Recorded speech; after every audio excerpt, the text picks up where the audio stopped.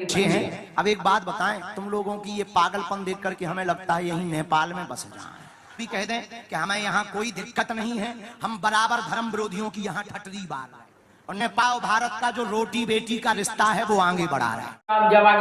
बागेश्वर धाम सरकार पूज्य सरकार ने अपने ही मुखारबिंद से कह दिया नेपाल वासियों के लिए क्या, और पूज्य सरकार की इस वीडियो को जमकर वायरल हो रही है। और बागेश्वर धाम सरकार निरंतर पूज्य सरकार के सिद्ध धाम पर आए हुए वह नेपाल के भक्त एक न करके आते ही रहते हैं, क्योंकि बागेश्वर धाम पूज्य सरकार सबसे ज्यादा अपने पड़ोसी देश को ही चाहते हैं। आखिर क्यों? बागेश्वर बालाजी सरकार का वह दिव्य और अलौकिक उनके ऊपर आशीर्वाद रहता है पड़ोसी देश पर, क्योंकि होना भी चाहिए, क्योंकि पड़ोसी देश एक हमारा मानो भाई की तरह रहता है और वह जो भी हमारा सहयोग करता है उसको लिए ही पड़ोसी देश कहा जाता है। तो नेपाल के लिए इतनी बड़ी खुशखबरी दे दी है बागेश्वर धाम सरकार पूज्य सरकार ने। तो आइए सुनेंगे, वह वीडियो भी सुनेंगे और तमाम वो पूज्य सरकार ने जो टिप्पणियां करी हैं वह भी सुनेंगे, क्योंकि बागेश्वर धाम सरकार पूज्य सरकार निरंतर अपनी कथाओं में, अपनी वह दिव्य दरबारों में सबसे ज्यादा यदि किसी को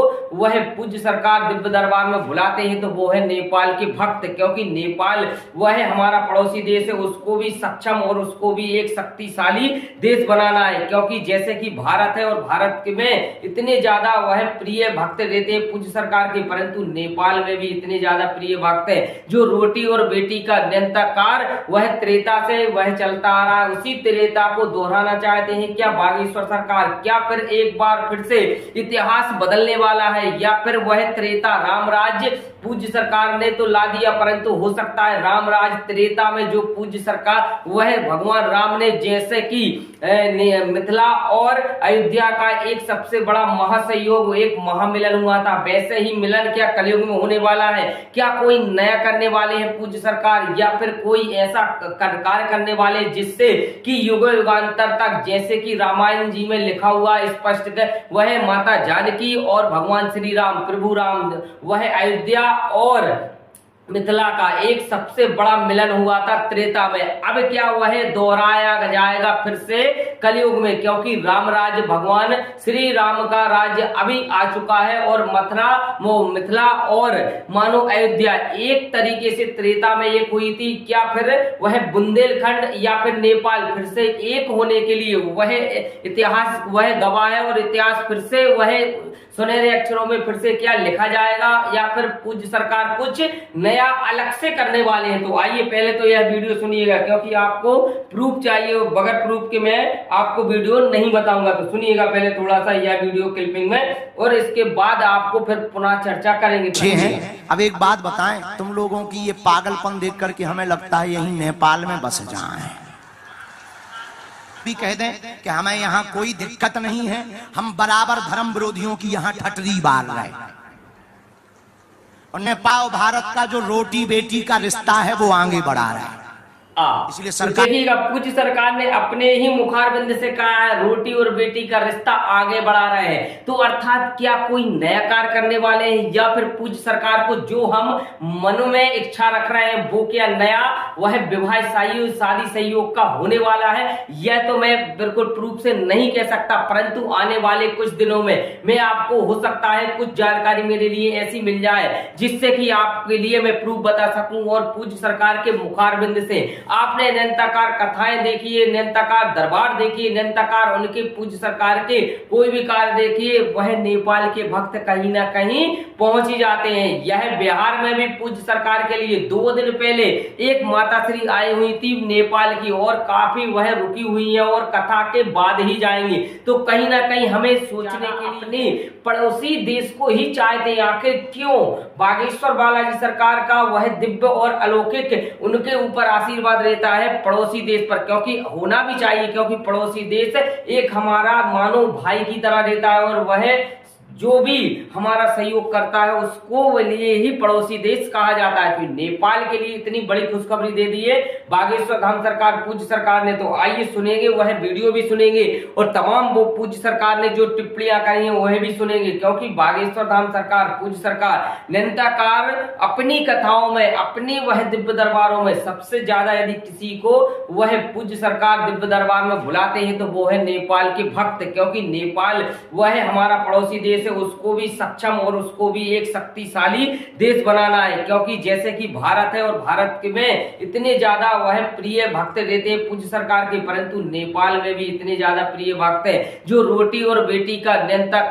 वह त्रेता से वह चलता आ रहा है, उसी त्रेता को दोहराना चाहते हैं क्या बागेश्वर सरकार? क्या फिर एक बार फिर से इतिहास बदलने वाला है, या फिर वह त्रेता राम राज्य पूज्य सरकार ने तो ला दिया, परंतु हो सकता है राम राज त्रेता में जो पूज्य सरकार वह भगवान राम ने जैसे कि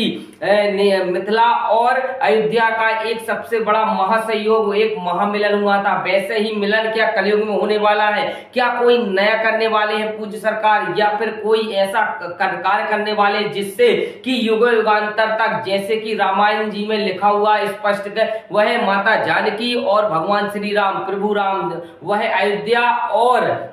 मिथिला का एक सबसे बड़ा मिलन हुआ था त्रेता में, अब क्या वह दोहराया जाएगा फिर से कलयुग में? क्योंकि राम राज्य भगवान श्री राम का राज्य अभी आ चुका है और मिथिला और मानो अयोध्या एक तरीके से त्रेता में एक हुई थी, क्या फिर वह बुंदेलखंड या फिर नेपाल फिर से एक होने के लिए वह इतिहास वह गवाह है और इतिहास फिर से वह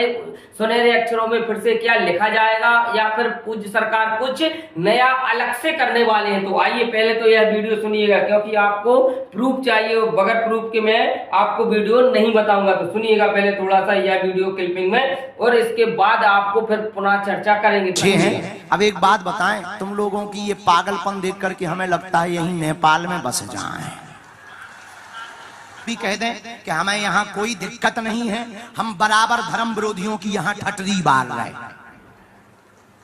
और नेपाल भारत का जो रोटी बेटी का रिश्ता है वो आगे बढ़ा रहा है।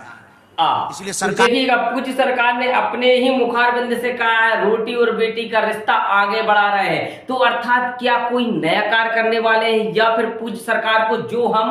मन में इच्छा रख रहे हैं वो क्या नया वह विवाह शादी सहयोग का होने वाला है? यह तो मैं बिल्कुल प्रूफ से नहीं कह सकता, परंतु आने वाले कुछ दिनों में मैं आपको हो सकता है कुछ जानकारी मेरे लिए ऐसी मिल जाए जिससे कि आपके लिए मैं प्रूफ बता सकूं, और पूज्य सरकार के मुखारबिंद से आपने निरंतर कथाएं देखिए, निरंतर दरबार देखिए, निरंतर उनके पूज्य सरकार के कोई भी कार्य देखिए, वह नेपाल के भक्त कहीं ना कहीं पहुंच ही जाते हैं। यह बिहार में भी पूज्य सरकार के लिए 2 दिन पहले एक माताश्री आई हुई थी नेपाल की, और काफी वह रुकी हुई है और कथा के बाद ही जाएंगी, तो कहीं ना कहीं हमें सोचने के लिए यह व्यवस्था करते हैं कि आखिरकार नेपाल का और भारत का रिश्ता तो पहले से ही है त्रेता से, परंतु अब हो सकता है इस कलयुग की धरा पर इस कली काल में भी वह पूज्य सरकार कुछ नया कर दे, कुछ नया इतिहास लिख दे। तो आप प्लीज कमेंट में बताना कि हो सकता है कि पूज्य सरकार जो त्रेता में इतिहास रचा गया था, क्या इस कलयुग की धरा पर फिर से एक पूज्य सरकार इतिहास रचेंगे?